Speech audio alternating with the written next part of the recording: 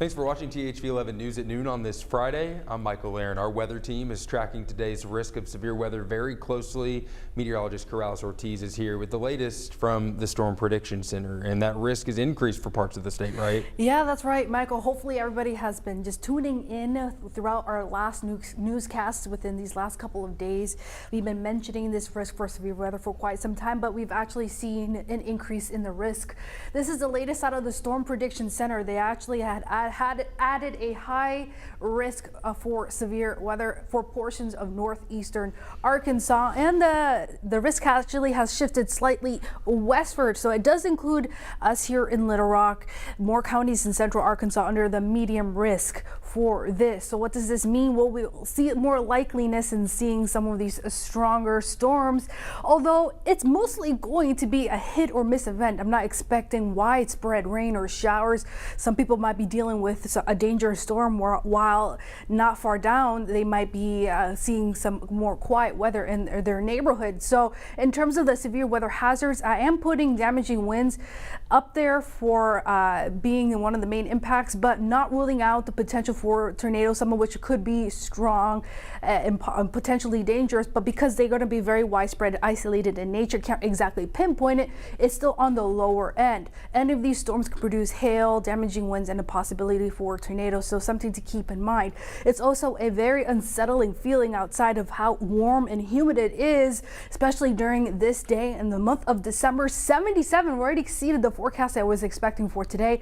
We're cloudy, the afternoon is still going on, and it's breezy. So yeah, another look at the potential for tonight, the impacts, and who can expect and more of a timeline. That's coming up.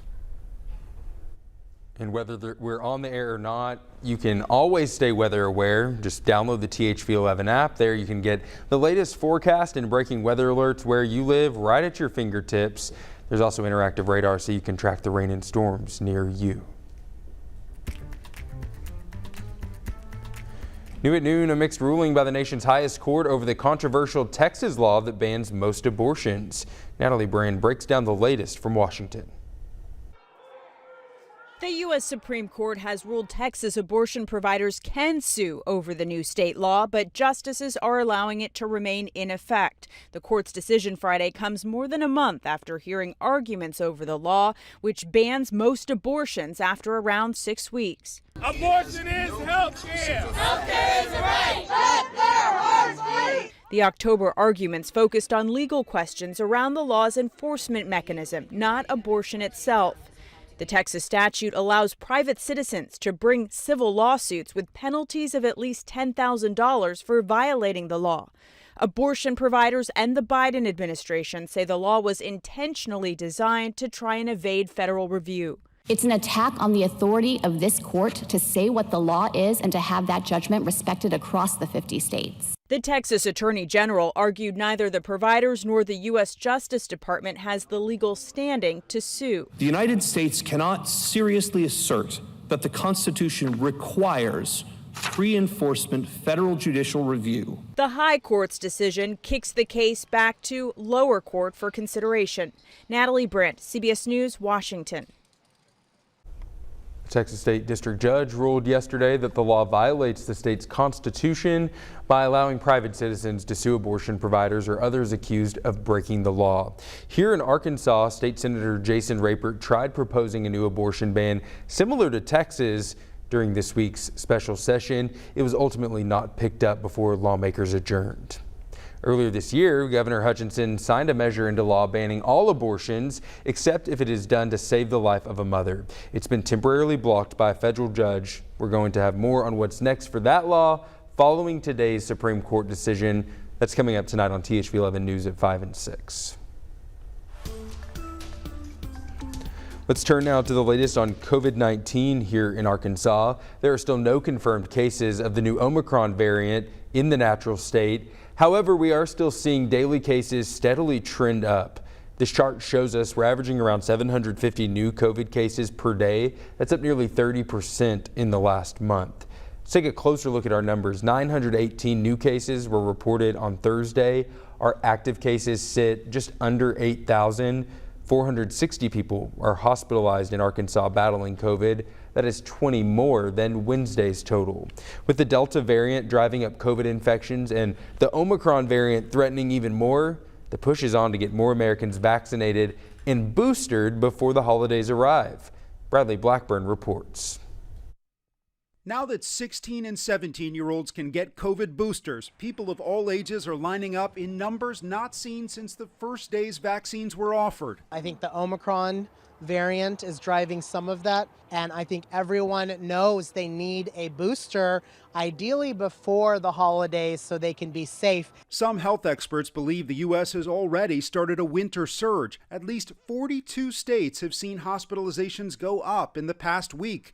The number of new cases has jumped nearly 16% nationwide. So we have a lot of community transmission going on. And when you have a lot of community transmission going on, and there's lots and lots of opportunities for people to be intermingling, you run the risk of these numbers continuing to grow. With infections rising in New York State from both the Delta and Omicron variants, the governor is taking new steps to tackle the surge. We are enacting a statewide indoor mask mandate unless a business has a vaccination mandate.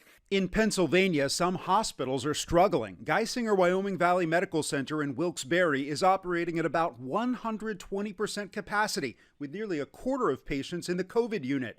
Emergency room physician Dr. Essie Reed says most of the patients she sees are unvaccinated. The saddest thing is when they're asking when they can get the vaccine. Almost 200 million Americans are fully vaccinated for COVID-19. Bradley Blackburn, CBS News, New York. Governor Hochul says she will reassess the new rules on January 15th. The winter season is practically here, and Little Rock police are sharing an important reminder for when those temperatures drop, because that is inevitable.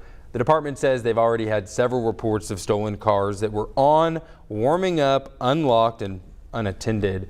Officers are urging people to be mindful that thieves are out looking for those unattended cars this time of year. If you're going to warm up or defrost your car, make sure it's locked.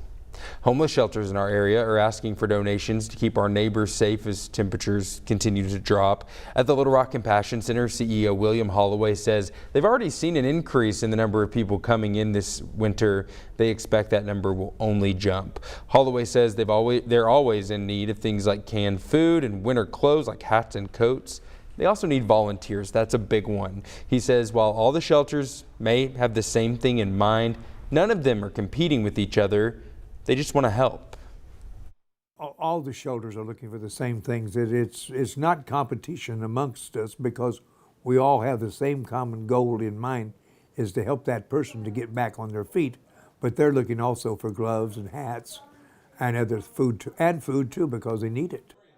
Holloway says you just heard him, a big need for food there. After this past February snowstorms, the last thing that they want is to be snowed in with no food to help people.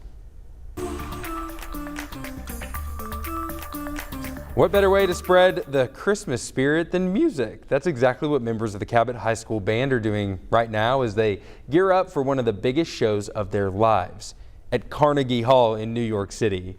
Hayden Balgavy shows us how they're preparing for the Big Apple. Ready and... Cabot Band's director, Rusty Hart, likes what he hears. Good. But there is still work to be done for the next performance. Slowly but surely, we're getting all the pieces in place, all the check marks checked, and man, it's almost time to go.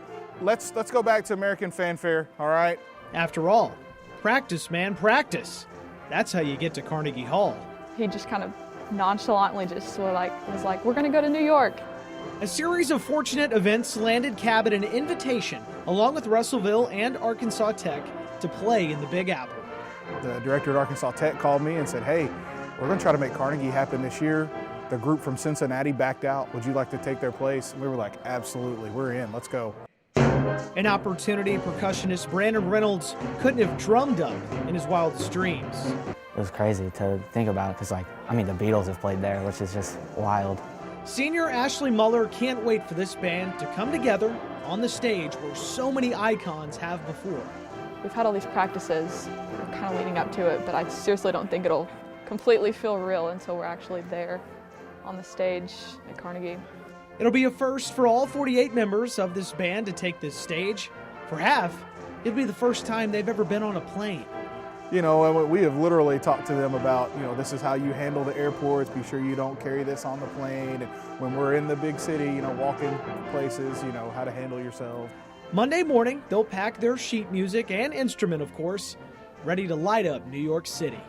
Maybe one day I could like tell my kids when they're in band or something that, you know, I did this, and that'd be pretty cool. Definitely be something I probably never forget for the rest of my life. All of us, for sure.